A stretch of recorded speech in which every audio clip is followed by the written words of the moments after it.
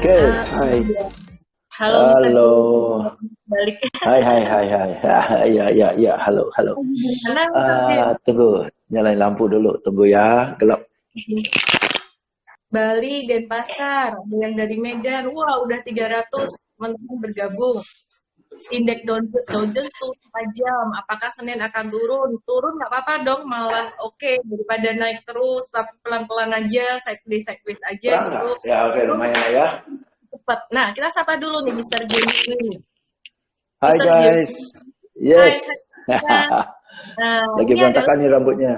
pakar ini nih ya, kalau saya bilang sih guru bisnis udah lama banget nih ya. Jadi udah berpengalaman banget di sales, marketing dan banyak hal lagi. Nah, jadi sore hari ini kita mau bantu teman-teman semuanya di era pandemi ini untuk bisa Mm-mm. gimana caranya muter otak biar tetap rame meskipun ada apa ya social distancing atau PSBB.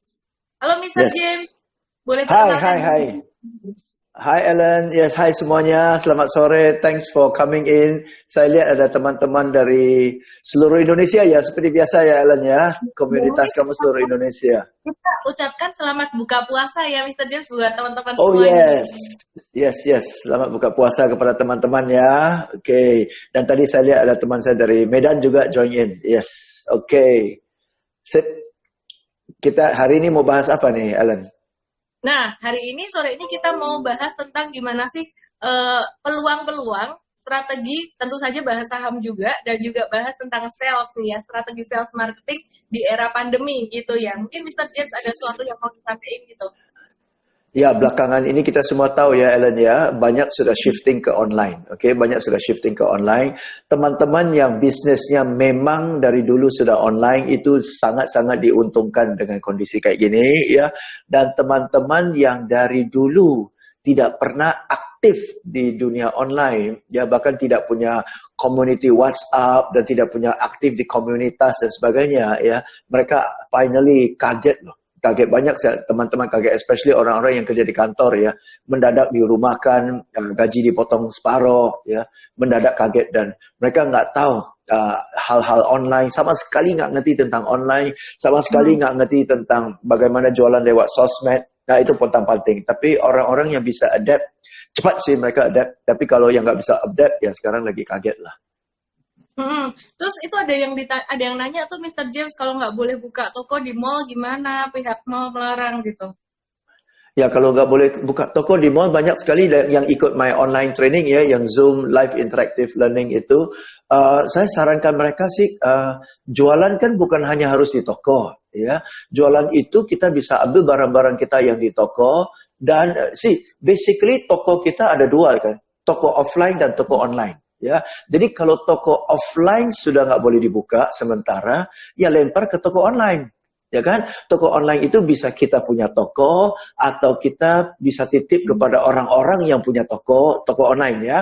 Atau kita titip-titip kepada orang-orang yang mau jualan baju online atau kita titip kepada orang-orang yang punya ribuan resellers kan banyak sekali. Ya, jadi bahkan dengan kita titip ke online itu tidak ada batasan geografis kok. Ya, jadi kalau kamu buka di mall hanya andalkan pengunjung mall. Tapi kalau kamu titip ke reseller se-Indonesia, orang jualan online, itu kan bisa jual ke seluruh Indonesia.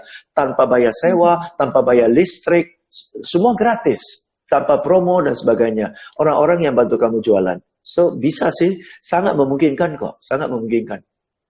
Menarik banget ya. Oke, jadi kalau saya sendiri sih Mr. James sekarang kan di pasar saham itu kemarin bulan Maret sempat turun dalam ya, Februari, Yes. Februari sampai Ya. Maret. Terus kemudian setelah itu mulai naik akhir Maret dan April tuh mulai agak stagnan gitu. Surprisingly ya, menarik nih ya. Saya pikir tuh orang-orang tuh takut untuk mulai berinvestasi di saham karena pasar saham jatuh. Tapi banyak banget teman-teman yang tadinya nggak di saham dan bahkan nggak mau tahu kayak takut gitu, malah kontak saya gitu.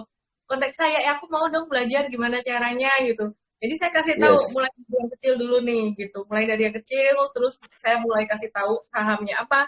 Saya kasih juga untuk teman-teman saya akses ke membership IM Trade gitu ya. Jadi terus saya kasih seminar online, teman-teman yang mau ikut juga bisa daftar di situ ya, ellendasmi.com/seminar online juga gitu. Nah, ternyata tuh malah banyak banget mereka yang pengen memulai gitu. Dan memang saat ini saya bilang juga kesempatan langka ya, kesempatan langka. Jadi contohnya nih ya, saham BCA. Saham BCA itu sekarang harganya udah deket 22.000 lagi gitu ya. Jadi udah jarang banget tuh BCA. BCA tuh perusahaan yang sangat bagus sekali. Terus kemudian juga ada saham BRI yang sekarang juga lagi murah-murahnya banget. Dan kalau saya bilang sih must have banget gitu. Ya, jadi ada beberapa yang udah naik-naikan nih. Contohnya kayak Iya. Unilever gitu. Cuman masih belum telat Mm-mm. itu masuk ke situ gitu. Iya. Nah, bisa nggak kasih tips nih ya, kalau teman-teman pengen bisnisnya jadi gede tuh ya, jadi pengen bisnisnya gede, bisa IPO satu hari nanti, seperti Unilever, seperti BCA, kayak yang tadi saya bahas itu, saham-saham itu. Nah, menurut Mr. James gimana nih? Caranya gimana nih? Biar bisa mengembangkan bisnis dari good menjadi great.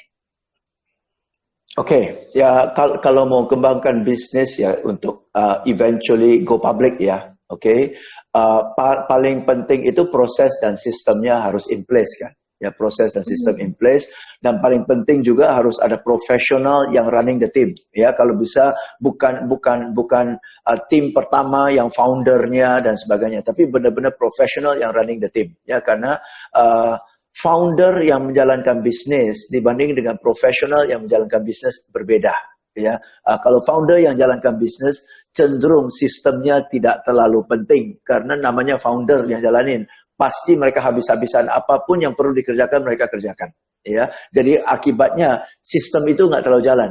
Tapi kalau kita mau arah ke eventually ke IPO, mesti punya profesional. Dengan profesional itu sistem jalan, accountability jalan, accounting reports-nya jalan, reporting-nya jalan, semua jalan. Baru itu menuju ke step menuju ke IPO. Dan of course untuk IPO pasti kita perlu orang yang bisa guide kita ya untuk eventually IPO. Jadi tapi kalau dari awal kita mau IPO, cara kita running the business pasti beda banget sih Alan ya. Menarik Yep. banget ya. Jadi harus punya sistem ya, harus punya sistem karena dan harus punya tim yang profesional karena biasanya Yes. di awal itu maunya abis-abisan ngerjain sendiri semua. Tapi kalau misalkan Betul. Mr. James, misalkan si foundernya udah sadar nih tentang bikin sistem dari awal, mengembangkan gitu. Kalau tetap dipegang sama si foundernya sendiri gimana untuk operasional, untuk Oke. bisnis? Kalau saya ada satu CD ya, judulnya Eight Paths to Success, 8 jalur menuju ke kekayaan. Eight Paths to Success. Saya ketik ya. Ada satu CD, ya, Saya tulis deh. Eight Paths. Eight Paths to Oke, Success. udah. Oke. Nah, Eight Paths to Success. 8 jalur ya. 8 jalur ini menjelaskan setiap orang itu berbeda-beda capability-nya. Talent dan capability-nya berbeda-beda ya Ellen ya. Jadi kalau kita lihat talent dan capability seorang founder cenderung entrepreneurial. Ya, cenderung entrepreneurial. Oke. Belum tentu si founder itu orang yang teliti dan sistematis dan bisa bangun sistem. Ya, jadi satu contoh misalnya Steve Jobs ya. Steve Jobs itu founder. Ya, dia founder, tapi yang bangun sistem kan bukan dia. Yang bangun sistem kan bukan dia. Ada orang dia punya CEO yang bangunkan sistemnya ya. Sama seperti McDonald's Brothers. McDonald's Brothers kan mereka entrepreneur ya, tapi Ray Kroc yang bikin sistemnya. Ya, jadi orang yang founder sering tidak terlalu talented atau passionate ya untuk bikin sistem. Dan sistem itu bukan hanya sistem marketing loh, sistem the whole company kan, setiap divisi kan harus ada sistemnya ya. Dan memang dia nggak terlalu passionate, dia biasa rasa buang waktu daripada begini mending panggil orang lain aja ya. Jadi ya cenderungan si founder cenderung tidak sedetail itu menurut saya. Biasanya perlu profesional. Menarik banget. Kalau ini jadi bikin ingat saya nih, kalau Mr. James bahas tentang sistem, tentang founder gitu, saya jadi keinget tentang apa yang saya pelajari di Business Mastery di Las Vegas Agustus tahun lalu itu sama Mr. James, dan harusnya bulan Juni ini Business Mastery yang kedua nih di Amsterdam, cuman kayaknya nggak bisa berangkat karena corona. Nah, apa yang saya pelajari di situ ternyata tuh dalam bisnis tuh butuh tiga orang gitu ya, paling nggak dua tapi punya 3 karakter ini. Nah, pertama adalah karakter dari si artis tuh bukan artinya artis itu bukan, tapi maksudnya dia orang yang benar-benar biasanya di bagian produk. Dia akan mau bikin produknya Yes. sebaik mungkin. Nah, biasanya orang yang tipe artis ini ciri-cirinya, kalau misalkan ditanyain, bisnismu kamu ke depan mau dibawa kemana gitu, exitnya mau Mm-mm. kemana, apakah mau di IPO atau apa, atau diakuisisi oleh investor besar, dia nggak akan rela gitu. Karena apa? Because this is Ya, my master gitu loh. Terus yang kedua, tipe ya, kedua adalah tipe entrepreneur. Nah, tipe entrepreneur ini ya. biasanya lebih risk taker dan dia cenderung suka untuk ngembangin perusahaannya gitu. Jadi Oke, ya, berinovasi kemana-mana. Nah, yang terakhir adalah tipe ya, manager. Nah, mungkin yes. ketika kita membuat sistem, kita perlu orang yang ada tipe manager ini kali ya, Mr. James ya. Betul. Gitu. Setuju, Dan setuju. Ya, ya, ketika saya melihat saya ada bisnis yang lain juga dan juga suami juga ada bisnis tuh. Ketika kita mulai jalan dan saya berkolaborasi dengan orang lain di mana saya tipe artis sebenarnya artis tengah entrepreneur, terus ya, kemudian ya. saya kolaborasi dengan satu orang teman saya, dia tipe entrepreneur dan manajer. Ternyata emang bener apa yang Mr. James bilang gitu loh. Kesalahan Iya, kita iya. sebagai owner itu kurang apa namanya, eh kurang mau membuat sistem. Karena apa? Because perfeksionis. Maunya ini Yep. harus yang terbaik, harus seperti ini. Jadi cita rasa saya sendiri. Tapi sejak dengan adanya partner lain yang melengkapi kebutuhan ini untuk manage dan bikin sistem, ternyata jadi sangat bagus sekali gitu. Jadi Betul. banget nih Ya, agency. betul, betul. Ya, dan kalau kita sudah mengerti hal seperti ini, kita udah sadar kita berada di mana dan langsung kita sadar kelemahan kita juga di mana ya, Ellen ya. Jadi harus ada tim. Bagaimanapun harus ada tim lah. Kalau enggak, bisnis kita stagnate di satu titik, udah nggak bisa berkembang Itu ada lagi. yang nanya tuh, untuk menggunakan profesional membutuhkan cost yang besar. Intinya balik Ya, membutuhkan dana besar. Jadi caranya yep. gimana gitu? Ya, bagaimanapun cost allocation aja ya. Cost allocation aja dari revenue, put it as a required cost. Jadi anggap aja satu cost yang wajib kita bayar. Ya, jadi kalau kita anggap, oh kalau ada sisa dana baru kita employ orang kayak gini, nggak bakalan ada sisa. Sama seperti investing, sama seperti savings kan Ellen ya. Bukan hanya dari sisa duit baru kita savings kan. Kita save dulu, baru sisa duit kita spending kan. Sama sih, jadi ini harus kalau that's your plan to grow your business, itu harus satu required cost lah, satu cost yang harus di-include ke dalam, dan bagaimanapun ya Anda genjot omset supaya bisa cover cost itu. Ya, jadi it's not a nice to have, it is a have to have if you want to grow your business. Nah, kalau saya sendiri mungkin bisa kasih alternatif nih buat teman-teman yang baru mau grow bisnisnya. Seandainya Anda tipe entrepreneur, Anda butuh orang yang tipe manager atau tipe artisnya. Artisnya ini biasa kalau founder tuh biasa kalau saya lihat kebanyakan tipe artisnya karena dia punya sesuatu apa ya, passion gitu. Yeah. Nah, mungkin bisa berkolaborasi, berpartner dengan teman lain yang mempunyai karakter yang sejenis gitu. Jadi kalau menurut saya sih perluas pergaulan di bidang yang Anda lagi kerjakan saat ini gitu. Yes. Nah, Mr. James sendiri, iya, ini saya coba jawab beberapa pertanyaan dari ini ya, Mr. James. Ada yang nanya tentang saham nih, gitu. Oke, Mr. James sendiri udah berinvestasi di saham belum, Mr. James? Ya, saya hanya ikut tips-tips kamu aja sih. Saya dengar-dengar dari Jerry. Kan Jerry murid kamu. Jadi apa yang dia lakukan saya ikut. Iya, Mr. James ini luar biasa banget, sangat-sangat growth minded banget ya. Tiga putra dari Mr. James, tiga-tiganya tuh disekolahin ke saya gitu, belajar saham gitu. Jadi papanya tinggal investasi ke anak. Luar biasa banget. Nah, teman-teman, luar biasa beneran. Dan ada yang anaknya ada yang tipe ini ya, Mr. James, ada yang jadi tipe investor, ada yang trading gitu. Nah, betul. Indeks Dow Jones tuh hari Jumat kemarin ditutup turun tuh ya. Jadi banyak yang bertanya, saya selingin saham dikit ya, nanti kita bahas bisnis lagi putus, ya. Silakan Ellen. Oke. Iya. Oke. Sambil benerin signal ya Pak ya. Sambil cari ini. Oke, jadi ini nih. IHSG tuh kemarin dari bulan Maret udah naik sampai segini. Kemudian ya Ya, ini kemarin sempat naik segini nih. Nah, apakah kenaikan ini udah kenaikan yang kuat banget, udah bertahan? Kalau saya bilang kan memang beberapa kali saya bilang belum. Saya bilang masih bearish, view saya masih bearish. Apa yang bikin IHSG naik hari Jumat kemarin itu sebenarnya karena saham-saham perbankan macam saham BBCA ini ya, dia kan udah mulai dekat dengan area low-nya tahun ini. Sehingga banyak orang yang melihat, oh ini udah mulai murah lagi nih, baik valuasi maupun harganya, banyak yang beli BCA dan BBRI. Nah, namun kenaikan ini kalau saya lihat sifatnya sementara. Kenapa? Karena tingkat kredit macet, NPL ini masih akan bertambah gitu. Jadi, apa namanya, kalau misalkan tingkat kredit macet atau NPL bertambah, ya pastinya nanti akan berpengaruh pada perusahaan-perusahaan perbankan. Perbankan ini merupakan BCA, BRI, Bank Mandiri, ini perusahaan-perusahaan yang, ini Bank BRI ya, sekarang saya kasih lihat Bank Mandiri. Perusahaan-perusahaan yang kapitalisasinya di bursa tuh gede.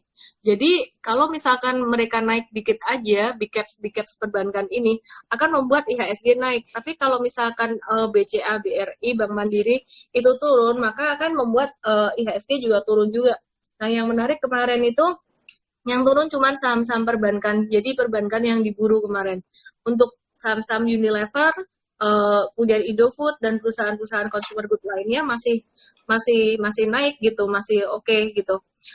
Kesimpulannya hari Senin pasar saham bisa terkoreksi, bisa turun. Tapi ini jangan disikapi dengan, waduh kok turun. Buat saya kondisi saat ini naik turun kesempatan, ya. Karena turunnya bukan turun yang dikit-dikit aja gitu. Jadi kalau turunnya turun dalam sekalian, ini kayak tahun 2008, saya akan kasih lihat sesuatu. Mr. James, sinyal udah oke? Ya. Silakan, Oke. silakan Ellen lanjut dulu, nggak apa-apa. Aku bahas dikit tentang Ya. ini. Oke. Nih, ini adalah monthly chart dari Bank BRI. Saya akan zoom out supaya teman-teman bisa kelihatan dari tahun 2006. Ini 2008, dia turun lumayan dalam. Terus kemudian dia naik terus, diperhatikan nih. Si BRI ini dia tidak pernah turun dari garis merah ini. Di mana itu adalah garis rata-rata 50 bulan gitu. Terus kemudian dia turun dan sampai ke rata-rata 100 bulan. 100 bulan itu rata-rata ini 8 tahun, sekitaran 8 tahun gitu. Nah, sampai di area ini, dekat di sini, ini sangat bagus sekali, kesempatan yang sangat langka banget gitu. Kalau sampai jatuh lagi gimana? Ya beli lagi. Makanya kalau investasi berkali-kali saya bilang jangan uangnya dihabisin sekali hajar beli. Jadi belinya bertahap. Saya cuma mau ingetin lagi buat teman-teman ya, BCA, BRI ini lagi super murah banget. Nih, ini perhatikan BCA nih. BCA ini termasuk dia lebih kuat nih. Jadi dia jarang sekali menyentuh garis merah. Ini sekarang dia menyentuh garis merah ini. Nih. Jadi ini kesempatan banget ya. Oke, sementara saya bahas sahamnya itu dulu. Kita kembali ke Mr. James Bui. Ya, Mr. James. Seru. Yes. Bahas tentang public speaking juga ya Mr. James ya. Nah, yes. Semua pebisnis itu harus ngerti tentang public speaking Mr. James, karena kan nggak semua orang itu tipe yang ekstrovert gitu. Nggak semua orang tipe yang berani tampil seperti kita gitu Mr. James. Apa keuntungannya public speaking? Kayaknya Mr. James juga ada kelas, mungkin bisa diceritakan. Ada. Saya sering tanya orang sih. Saya sering tanya orang, siapa di ruang ini mau sukses, ya? Dan yang mau sukses angkat tangan. Hampir semua orang angkat tangan lah ya. Dan saya selalu bilang, oke, bagus karena semua orang mau sukses, ya. Dan saya bilang salah satu konsekuen dari orang-orang yang sukses adalah sering mendadak disuruh maju ke panggung, kasih kata sambutan. Betul ya, kalau orang yang nggak sukses nggak akan disuruh maju ke panggung sih. Kadang-kadang kata sambutan, kadang-kadang sharing rahasia suksesnya, testimoninya, ya kan. Jadi kalau Anda mau sukses dan Anda nggak siap maju ke panggung, itu stres banget loh. Setiap kali ada acara, bisa mendadak disuruh panggil ke panggung. Ya, ataupun di depan anak buah kita, harus maju ke depan, say something ya, acara buka puasa bersama lah, acara Idul Fitri lah, acara dealers gathering lah. Selalu kan bos harus ngomong sesuatu. Ya kan, jadi sedikit banyak harus menguasai public speaking. Ya, jadi ini yang ironisnya, orang-orang yang berbakat dengan senang maju ke depan, dengan excited ikut training, public speaking, padahal dia sudah berbakat. Orang-orang yang tidak berbakat justru selalu hindarin. Ya, justru sebaliknya, kalau berbakat nggak usah latihan juga udah bagus. Tidak berbakatlah yang harus sering-sering maju, tidak berbakatlah yang harus ikut training. Ya, dan dari training kita udah 15 tahun saya jalanin, Alan, ya, orang-orang yang pendiam, orang-orang yang berbakat, nggak pede ngomong, dalam 2 hari ngomongnya lancar banget kok. Gampang Really, banget public speaking. mungkin bisa dibagiin dikit nih ya buat teman-teman semuanya. Barangkali kan salah satu cara untuk teman-teman bisa mempromosikan bisnisnya, salah satunya contohnya lewat Instagram Live kayak gini. Ini termasuk public speaking Ya, juga. Nah, yes. mungkin bisa dibagiin live tipsnya Mr. James supaya teman-teman bisa ngerti gimana sih caranya aku supaya naikin omset bisnisku tuh lewat public speaking kayak gini. Oke, karena prinsipnya adalah kita cenderung beli dari orang yang kita suka dan kita percaya kan. Ya, jadi advice dari Alan itu banyak orang terima your advice and take action on your advice because they like you and they trust you. Oke, coba kalau don't like and don't trust, Alan ngomong sampai kapanpun orang nggak ada yang percaya dan nggak akan take action kok. Betul ya? Oke, jadi ada unsur like dan trust. Oke, like dan trust itu dari mana? Like and trust itu bukan harus pinter ngomong sih. Ya, like and trust itu bawaannya menyenangkan, ya, orangnya trustworthy, ya. Dan zaman sekarang justru saya bilang jauh lebih gampang bicara di depan umum daripada zaman dulu. Zaman dulu banyak sekali ya, Ellen, kalau kamu masih bisa ingat, zaman dulu kalau mau presentasi di depan orang protokolnya banyak banget ya. Sapaannya harus berurutan gitu kan ya. Dirinya harus tegak. Sekarang kita ngomongnya casual banget kok, apa adanya. Bayangkan saya datang ke Indonesia 31 tahun yang lalu, Ellen, bahasa Indonesia saya nggak bisa bahasa Indonesia. Saya bisa bahasa Indonesia itu berantakan banget, campur-campur ada English dan Melayunya Singapura, ya. Tapi saya maju ke depan kok. Saya maju ke depan, ngomong dengan grammar yang berantakan, bahasa Indonesia yang nggak jelas, ngomong aja. Jadi it's not about sorry? Ya, itu unik banget. Iya, jadi it's not about your language. Ya, banyak orang bilang, bagaimana kalau saya salah ngomong? Bagaimana kalau saya lupa? Apalagi saya, bukan salah ngomong. Apa yang mau di ngomong pun, kata-katanya pun nggak tahu. Tapi maju ke depan, ngomong. Ya, jadi yang penting, it's about be yourself. Jadi be yourself aja. Sama seperti bicara di depan teman-teman aja apa adanya. Zaman sekarang sih jauh lebih gampang sih, ya. Jauh lebih gampang. Oke, sambil tetap menemani teman-teman semua berbuka puasa ini ya, mungkin udah ada yang sambil makan berat, ada yang masih ngemil-ngemil nih. Nih, saya jadi keinget satu lagi nih, Mr. James tadi bilang, udah pokoknya maju aja dulu gitu. Yeah. Kadang-kadang orang mau maju itu takut salah, takut melakukan kesalahan. Nah, ini juga sama nih, orang nggak pengen berinvestasi di pasar saham juga, tapi banyak orang yang takut salah gitu. Nah, saya mau kasih tipsnya nih buat teman-teman supaya nggak takut salah nih. Caranya gimana? Supaya nggak takut salah, harus diukur dulu resikonya.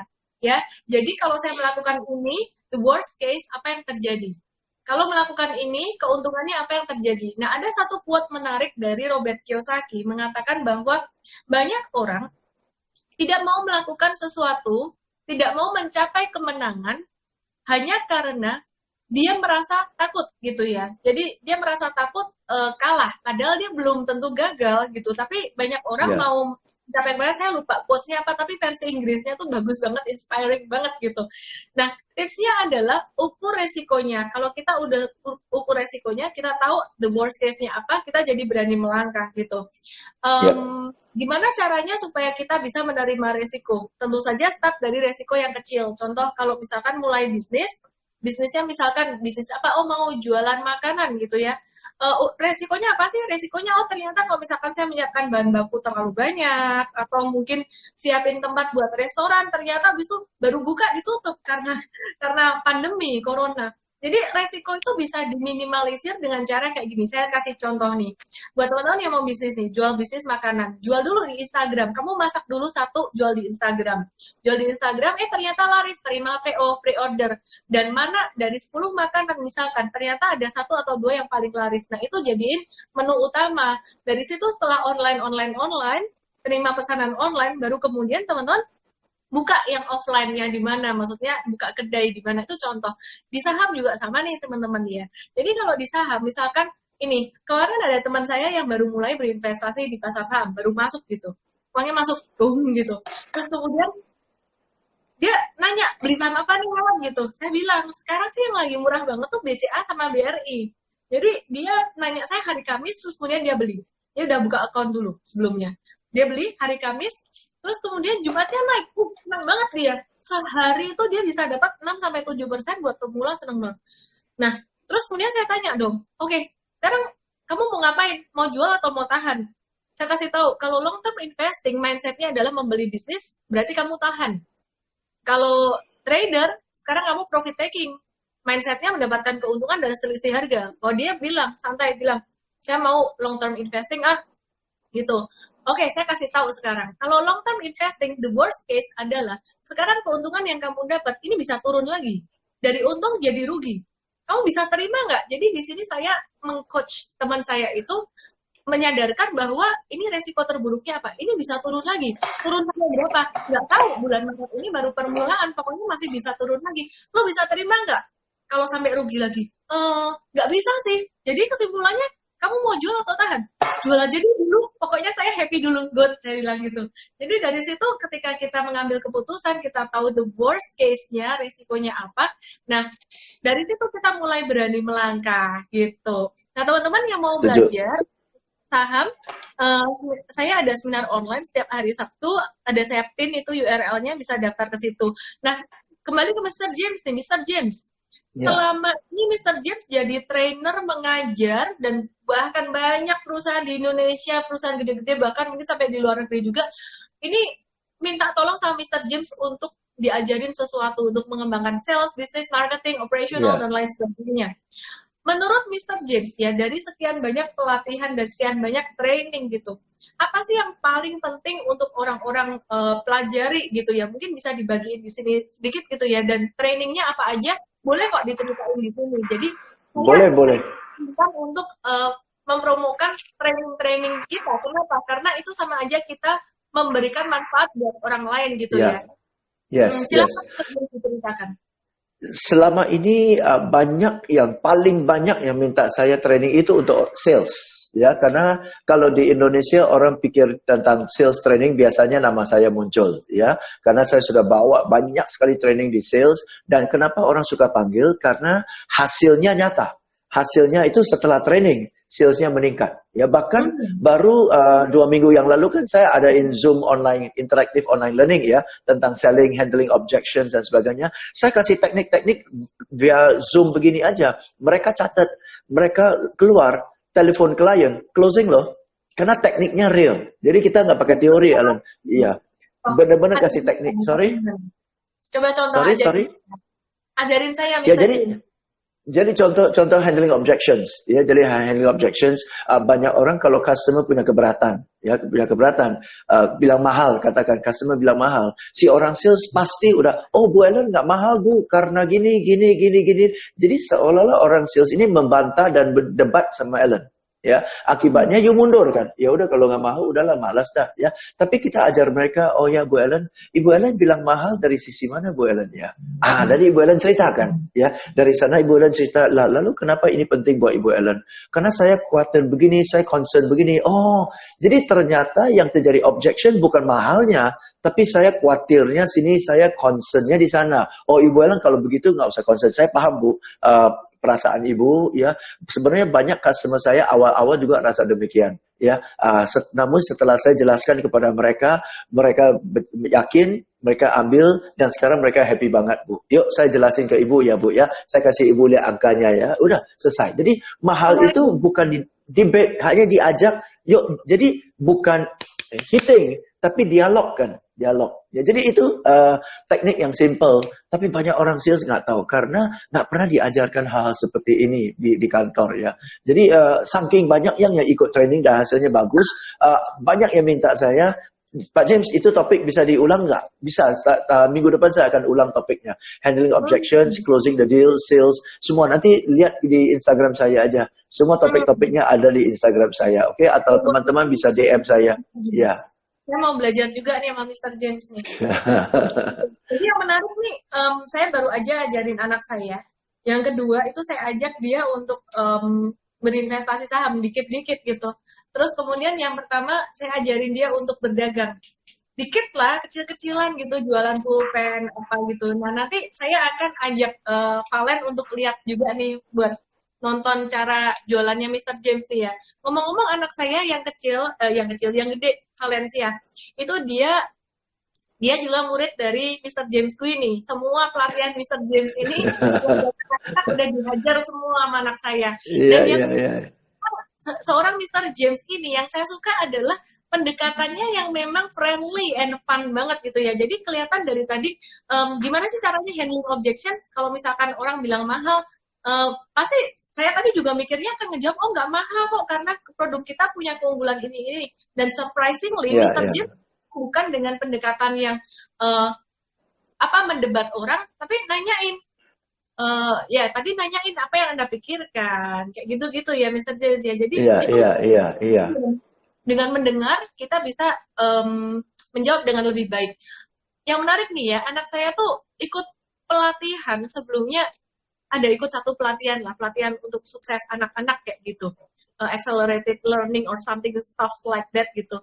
Itu dia nggak suka Mr. James. Tapi begitu ikut Mr. James ini banget dia, happy banget. Jadi memang suasana belajarnya di tempat Mr. James sekali gitu. Jadi saya juga banyak belajar dari seorang Mr. James gue gitu. Nah, Mr. James ada tips-tips apa lagi nggak ini Mr. James untuk sales itu? Tadi kan cara handling objections ya, sedikit cara handling objections. Lagi nih Mr. James. Oke, by the way, waktu anak kamu ikut trainingnya, teman-teman ya, dia peserta yang paling kecil loh. Peserta yang paling kecil, paling mungil, ya. Awal-awal masih belum mau masuk, mami mujuk, saya mujuk pelan-pelan, ya. Akhirnya masuk dan dia happy banget. Oke, yes.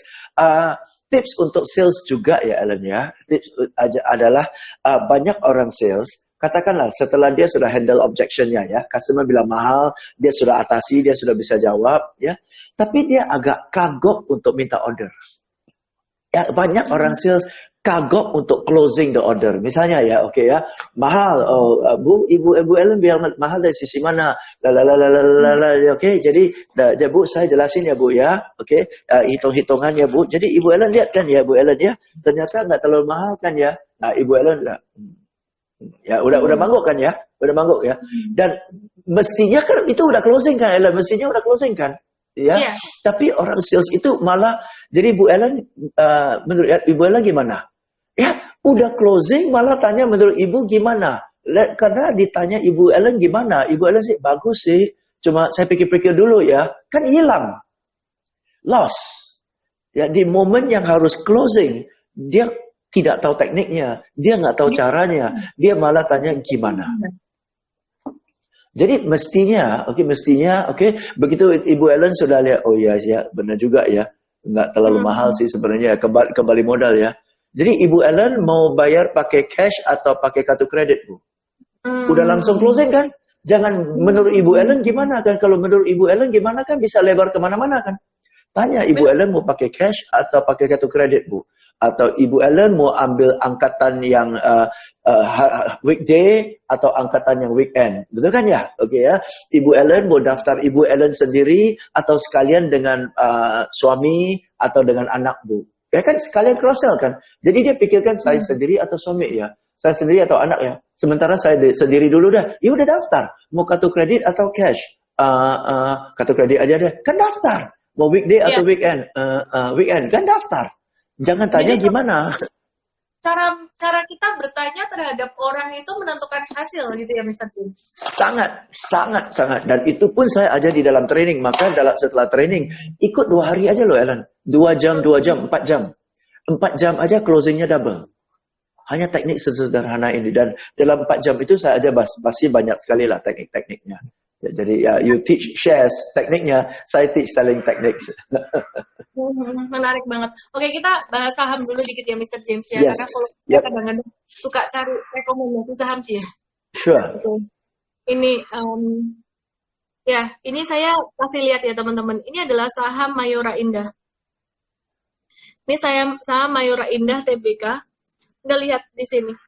Dulu perusahaan ini harganya hanya sekitar Rp200. Pertama kali dia IPO di tahun 2000, sekitar 2005 atau 2006 ya. Ini harganya dia sekitar Rp100 nih. Ya, jadi murah banget. Nih, teman-teman kalau mau lihat di sini. Sekarang dia punya harga jadi paling tinggi kemarin 3.160. Ya, jadi udah naik 30 kali, 3.000%. Terus sekarang nih teman-teman ya, perhatikan. Si saham Mayora ini, dia lagi discounted banget nih. Dia jarang banget turun sampai sekarang ini. Nah, ini termasuk perusahaan yang bagus untuk investasi jangka panjang. Nah, kalau bicara trading, saya harus real time ya. Ini saya kasih di EM Trade. EM Trade itu Anda daftarnya lewat website saya ellendesme.com/emtrade itu. Ya, atau masuk ke seminar online dulu juga nggak apa-apa. Kalau mau daftar EM Trade lewat URL itu juga bisa. Nah, ini teman-teman, ini memang si Mayora ini, dia bulan ini tuh udah naik dari level terendahnya tuh di tanggal 24 Maret sekitaran. Dia udah naik 58%. Jadi teman-teman ya, bayangin kalau teman-teman masuknya pada tanggal, saya remove dulu, masuknya di sini 24 Maret 1.400, sekarang naik di sini udah 50-an% lebih keuntungannya ya. Jadi jangan, sekali lagi ya teman-teman tuh jangan takut kalau ada saham jatuh. Kalau ada saham jatuh, sekarang momen yang saat ini kesempatan banget nih. Justru nanti kalau misalkan jatuh lagi, saya mau beli lebih banyak nih.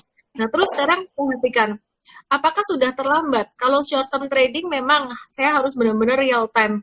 Kalau short term trading telat dikit itu sangat berpengaruh sekali. Tapi kalau buat investasi jangka panjang, ini teman-teman masih boleh masuk loh, gitu. Dan ini saya bahas lengkap detail tuh sebenarnya di seminar online. Hari Sabtu nanti materinya akan saya rombak. Jadi selama 8 kali kemarin ada beberapa materi yang masih saya ulang, tapi nanti hari Sabtu benar-benar saya rombak materinya, udah materi baru. Nah, ini saham ini masih baru nih. Ini baru IPO pada tahun 2017 kemarin nih. Ini perusahaan apa sih? Ini salah satu perusahaan yang saya suka, Buyung Putra Sembada. Nah, Buyung Putra Sembada ini teman-teman kalau lihat sekarang dia juga lagi murah. Jadi kesimpulannya gimana sih kalau mau investasi jangka panjang takut, kalau mau trading takut, masuk dikit dulu nih, jangan banyak-banyak, dikit dulu pokoknya happy. Nanti untung nambah lagi. Intinya jangan hajar bleh, jangan serakah, itu aja sih pasti selamat di saham gitu. Dan kalau mau trading sama investasi harus dibedain account-nya gitu. Ini langsung nih saya kasih sahamnya nih. Jadi teman-teman yang mau investasi saham, tadi kalau blue chip-nya udah ada BCA, Bank BRI. Kenapa sih dua itu yang paling bagus lah kalau diperbankan.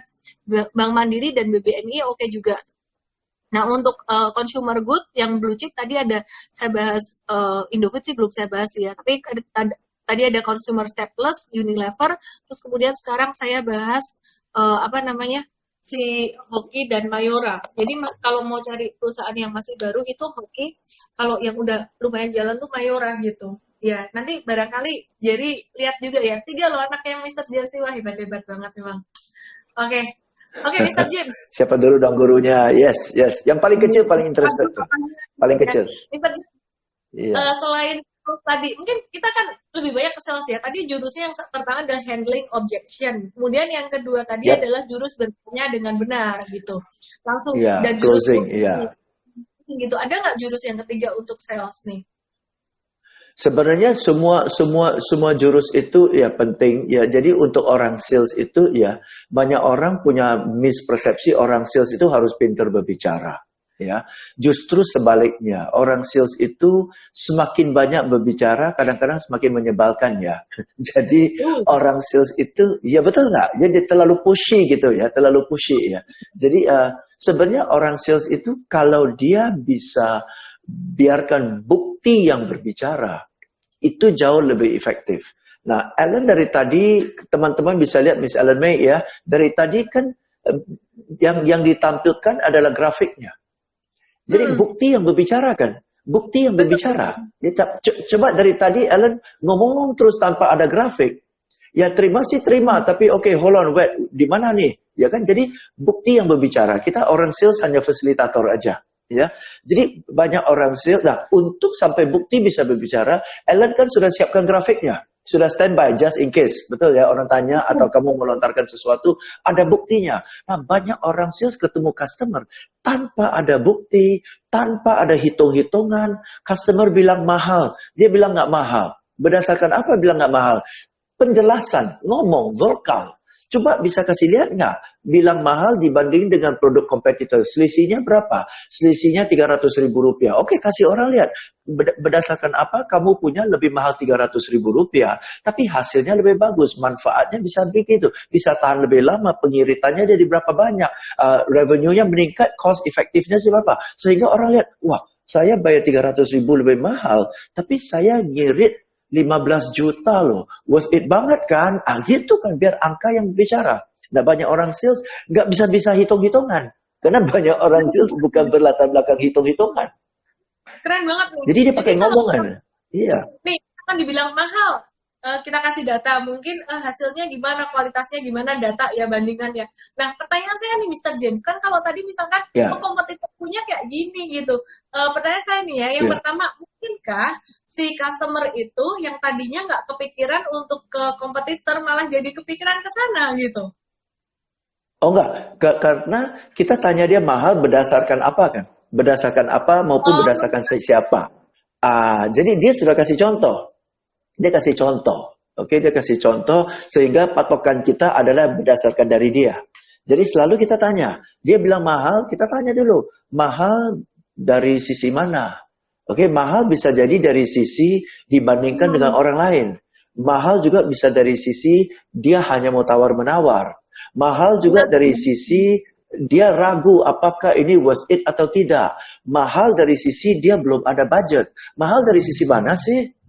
Bagaimana kita bisa respon kalau kita nggak tahu orang bilang mahal dari sisi mana kan? Nah, akibatnya banyak orang sales jawabnya panjang lebar tapi nggak tepat sasaran. Karena bukan itu sisi mahal yang customer bermaksud. Ya kan? Ya. Atau kadang-kadang dia bilang mahal. Padahal kalau digali, saya takut kalau saya buat keputusan suami saya marah. Itu bukan urusan mahal. Itu ada urusan uang segini, saya harus spending tanpa konsultasi sama suami. Itu bisa berantem di rumah. Bukan karena dia bilang kita mahal. Dia bilang dengan kuantum yang sebesar ini, sebenarnya saya harus konsultasi dengan suami. Nah, tapi kita harus gali 2-3 kali, baru itu muncul. Kalau jawabannya kayak gitu, misalkan saya harus discuss dengan suami, tapi habis discuss terus hilang, lupa. Itu gimana cara ngejawabnya? Oke, Bu Ellen, menurut Ibu ini sesuatu yang bermanfaat nggak? Oh, pasti bermanfaat. Kenapa Ibu Ellen bilang bermanfaat? Kenapa Ibu Ellen sebenarnya mau ikut? Saya mau ikut karena Ibu Ellen sesungguhnya mau ikut atau apa? Saya sungguh sih, cuma harus sama suami aja. Bu Ellen, Bapak suka makan apa sih? Katakan ya, Bapak suka makan martabak ya. Bapak suka makan martabak ya. Bu Ellen, apakah Ibu bawa pulang martabak? Baru tanya suami, sayang mau makan nggak? Kalau mau makan, saya baru makan. Kalau nggak mau, saya kembaliin ke tokonya. Nggak kan? Karena ibu rasa ini bermanfaat buat suami, and you know this is what he likes, you just buy it and say, I bought martabak for you. Kenapa? Sayang sih. Jadi beli aja. Sama karena sih. Karena it is good for you. Benar sih, Mr. James. Dulu ketika anak saya masih kecil dulu ya, mau ikut seminar Mr. James, itu sebenarnya suami saya juga agak mikir-mikir, emang bisa ya anak segini diingin, nanti maksudnya investasinya worth it nggak sih? Tapi karena memang saya udah kepengen, ya jadi apa aja juga gitu. Jadi itu benar siapa yang bisa jadi membantu orang untuk cari solusi atas apa yang dia mau. Wah, ini interesting banget nih Mr. James. Satu pertanyaan lagi dari saya tentang sales nih, Mr. James. Apakah mindset yang harus dipunyai atau karakter yang harus dimiliki oleh seorang sales, misalkan kita sebagai pemilik bisnis, kita mau nih ya, kita mau cari sales gitu ya, cari sales yang bagus gitu, itu karakter yang dimiliki apa? Misalkan ketika lagi rekrutmen gitu, caranya mau tahu ini orang bakalan nggak sih gitu, gimana? Oke, sales itu adalah skill. Selling itu adalah skill, okay? Skill itu harus bisa diperlihatkan, okay? Sama seperti kita mau audisi seorang penyiar radio, kita harus kasih dia mic di depan dan kita dengar suaranya, kelancaran dia ngomong, ya. Kalau kita mau audisi seorang pemain piano, kita harus kasih dia piano untuk dia mainkan. Sama, orang sales itu adalah skill. Jadi skill itu tidak bisa diketahui di meja wawancara. Oke, kalau kita mau pilih orang sales yang hebat, kita harus kasih dia satu tugas. Nih, ada dompet nih. Ini ada dompet ya. Saya beli di pasar 200.000, kamu pergi jual 400.000. Oke, ya. Dan jangan pulang sampai dompet ini laku. Oke. Nah, kita lihat ekspresinya. Siap, Pak. Nah, kalau siap berarti mentalnya siap nih. Tapi kalau, Bapak beli 200.000, suruh saya jual 400.000, susah. Belum apa-apa udah susah. Ya kan, ya, atau dia terjun ke lapangan, ya, dia balik setelah 2 jam, kita bilang 2 jam ya, dia balik, Pak, nggak bisa Pak, karena orang bilang mahal lah, orang sudah punya dompet lah, segudang alasan, udah lewat aja, oke, Pak, ini belum laku Pak, tapi Bapak kasih saya 1 jam lagi dong Pak, saya penasaran nih, saya mau jualan lagi nih Pak, kasih saya 1 jam lagi ya, mentalnya beda nih, oke, akhirnya, terakhir, Pak, ini saya sampai pergi ke pelosok sana, untuk cari 1 orang yang belum ada dompet Pak, saya jual ke dia Pak. Akhirnya laku Pak. Hebat orang ini. Atau terakhir, Pak, saya belum laku dompetnya Pak. Ini Pak, saya pegang dompetnya, saya ganti Bapak 400.000 dulu. Ya, kalau laku, saya minta uang saya balik. Oh, keren orang ini. So, dari sana kita bisa lihat. Meja wawancara kamu bisa? Bisa. Yakin? Yakin. Bisa? Saya berusaha. Bohong. Bohong. Mana ada kita audisi orang yang bisa main piano? Bisa. Gimana caranya? Pokoknya bisa. Kan bohong.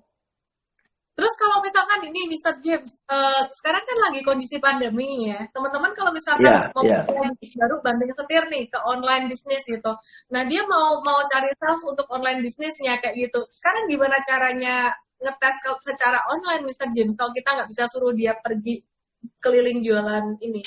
Ya bisa. Kita bilang, oke, ini ada satu dompet, ya, saya akan gosen ke kamu, ya, kamu lakukan secara online. Kamu lakukan ini secara online. Oke? Saya mau lihat ini laku dalam 2 hari. Ya. Transfer 400.000 ke saya. Gambarnya gitu, difotoin dulu atau biar dia yang bikin sendiri? Biar dia yang mikir sendiri?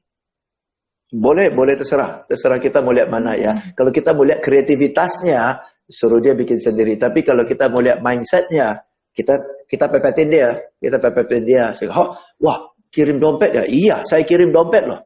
Dompet itu saya kirim. Lu udah terima dompet, jangan bilang nggak bisa jualan. Itu kan kepepet. Tapi kalau kita nggak kirim barang, kita kirim foto, dia nggak nothing to lose gitu loh. Nothing to lose, no pressure kan. Iya. So, dan ini semua akan saya jelaskan di dalam training saya, Ellen.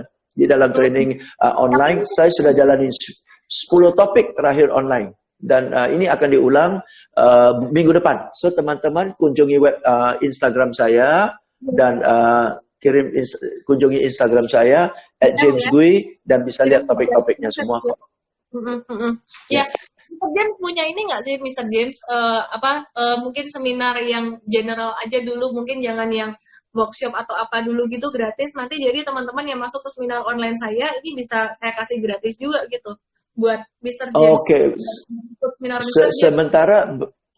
Sementara belum gratis, Ellen, karena saya belum ada previewnya. Ya, jadi mungkin saya belum ada previewnya, ya. Okay. Karena training saya murah, Ellen. Gratis preview gitu. Untuk yes. Untuk 4 sesi, untuk 4 jam total hanya 380.000. Good. Untuk 4 jam hanya 380.000, jadi worth it to try lah, coba aja. Dan rata-rata yang ikut bukan hanya bilang bagus ya, komen mereka rata-rata mind-boggling. Mind-boggling, mind opener, you know, I've never heard of techniques like this before. Ya, rata-rata begitu. Ya, jadi dan waktu minggu lalu, waktu saya ada 10 topik, ada yang ikut 1 topik, akhirnya nyantol ke 9 topik, ikut 10 topik sekaligus. Menarik banget ya. Jadi teman-teman yang mau ikut pelatihan Mr. James langsung direct message ke Mr. James, ya. Nanti kita ngobrol-ngobrol ya Mr. James, barangkali murid-murid saya di ini bisa dapat sesuatu juga gitu, acara yang lain nanti bisa dapat gitu. Oke. Sure. Kita ini ya, kita mau lihat lagi nih saham apa lagi yang bakalan keren nih ya. Nah, ini aku mau kasih lihat sesuatu. Nih, ini buat teman-teman yang mau beli saham yang masih murah juga. Ini tadinya naik terus nih, naik terus, terus kemudian ini terkoreksi turun, dan ini kesempatan jarang banget ya, bisa koreksi sampai segini nih. Ini saham apa? Saham Cleo, air minum Cleo, dan selain Cleo, ya ini Cleo ini termasuk yang bagus punya fundamentalnya. Ini juga saya kasih lihat saham Ades ya. Jadi kenapa sih saya kasih lihat ini chart ini, supaya teman-teman tuh tahu bahwa sekarang ini tuh kesempatan. Nah ini kalau Ades dia agak slow, naiknya agak slow. Fundamental oke, namun dia naiknya agak slow. Jadi ini saya lebih pilih untuk Cleo ya. Terus kemudian ini teman-teman, kalau yang ini blue chip, perhatikan. Saya cuma mau compare aja beberapa tahun yang lalu dan sekarang ya ini naik terus. Terus kemudian di sini udah turun banyak. Nah, ini monthly chart-nya.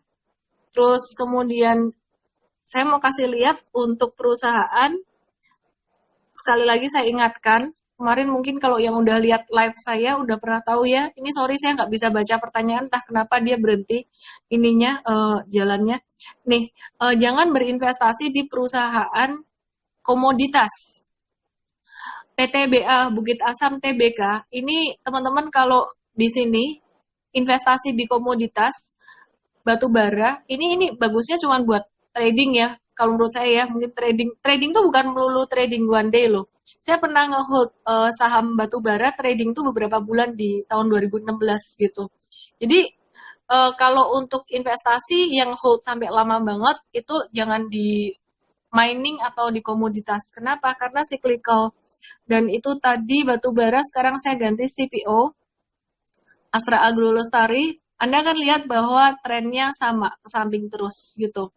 Dan banyak lagi perusahaan-perusahaan komoditi lainnya yang ke samping terus gitu. Sedangkan kalau Anda lihat ini, Unilever, dia itu dari tahun, data saya kebetulan dari 2005 ya gitu. Nih, pas 2008 dia krisis, kita kena krisis yang terimbas dari Amerika, financial crisis, subprime mortgage.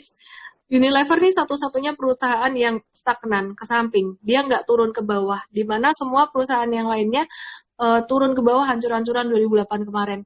Dan yang menarik, si Unilever ini tahun 2018 kemarin justru malah dia turun, nggak ada angin, nggak ada hujan, teman-teman saham yang lain turun 17%, balik naik, tapi ini Unilever turun, terus kemudian dia naik dikit, 2019 juga dia turun, slowing down gitu. Nah, teman-teman kalau lihat sampai sekarang ini Unilever ini lagi discounted banget. Kalau suka blue chip boleh pilih Unilever, kalau mau suka yang second liner bisa pilih tadi ya, ada Hoki, ada Mayor gitu. Gambarnya sepotong atau kepotong. Ya udah nggak apa-apa. Nanti kalau mau belajar lebih lanjut untuk saham bisa ke seminar online. Hari Sabtu kemarin juga penuh terus, saya bikinnya setiap hari Sabtu jam 9 pagi. Itu selalu penuh, 1.000 orang terus ya. Semoga nanti ini banyak yang ini Mr. James, banyak yang saya kasih untuk gratis juga sih sebenarnya. Iya. Saya senang banget ya, justru dengan era pandemi ini malah bisa menginspirasi lebih banyak orang dan setiap hari live gitu. Nah, padahal sebelumnya era pandemi itu kalau saya bikin gathering atau seminar offline, itu paling sekali seminar untuk offline itu paling 100 mentok sampai 500 gitu, karena kadang kita cari tempat venue juga susah gitu di daerah-daerah. Nah, yang sekarang ini malah justru amazing, sampai ke Amerika, sampai mana mereka bisa ikut gitu ya, Mr. James ya. Oke. Iya. Kemarin saya juga ada peserta dari US, ada yang dari Nigeria juga ikut. Menarik ya. Nggak tahu mereka tahu dari mana. Menarik. Iya. Dari Nigeria juga ikut. Iya. Yang seminar yang ini tuh seminar online 2, ini berbayar 150.000. Tapi kalau pas saya nge-live kadang ada support dari partner gitu, kadang-kadang bisa dapat gratis juga. Anyway, daftar juga nggak apa-apa sih, daftar beli tiket nggak apa-apa juga, karena uangnya kita gunakan untuk donasinya ada donasi masker, donasi sembako, apa segala macam ke lingkungan dan banyak orang gitu. Mr. James, thank you so much nih ya buat sharingnya. Thank you, Alan. Jam nanti di stop sama Instagram nih. Nah, padahal Iya. Mr. James punya ini ya, sharing. Teman-teman yang belum follow Mr. James boleh follow di Instagram beliau Yes. James Bui. Terus kemudian Yep. teman-teman dari Instagram Mr. James kalau mau belajar saham, setiap hari saya ada kasih live saham setiap hari. Ini Oke. weekendnya. Jadi saya bahas tentang bisnis yang lain-lain biar nggak bosan gitu juga dan membantu teman-teman di bisnis. Terus kemudian bisa ngeliat IGTV saya setiap hari, follow di Instagram @ellenmay_official. Pak James, Mr. James, nanti di info ya seminar-seminarnya karena saya mau ikut nih dan juga nanti saya kasih tahu buat follower saya buat mereka belajar juga. Oke. Gitu. Mungkin Oke, satu thank you. Ya. closing statement Mr. James. Sorry.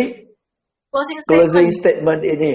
Closing statement adalah semua juga mulai dari tidak tahu dan kita harus belajar, ya. Dan belajar aja nggak cukup, kita harus praktekkan. Justru dari prakteklah yang kita benar-benar tahu, ya. So take action. Apapun yang Anda mau lakukan, termasuk investasi atau trading, take action, ya. Tapi of course take action on good advice, okay, ya. And with Miss Ellen May, you're getting very good advice. So teman-teman, mampir ke Instagram saya, lihat-lihat. Kalau ada pertanyaan langsung DM saya aja, okay? Saya siap ketemu Anda minggu depan. Ya, Yes, itu namanya James Gui. James Bui ya. Oke, kalau closing statement dari saya, mumpung masih weekend sisa beberapa jam dan kalian yang BFH, pekan ini banyak hari libur tanggal merah, saya nonton satu film yang sebenarnya saya anti banget nonton drakor karena takut nonton terus gitu ya, karena takut ini nonton terus jadi nggak ngerjain yang lain gitu, dan ternyata emang bener tuh kemarin 2 hari 3 hari saya habisin tuh Itaewon Class. Itu sangat bagus sekali buat bisnis dan memberi kamu semangat gitu ya. Hati-hati nanti bisa kecanduan. Oke. 16 episode gitu ya. Thank you semuanya. Buset. James, luar biasa Okay, see you. Take care. Cheers. banget.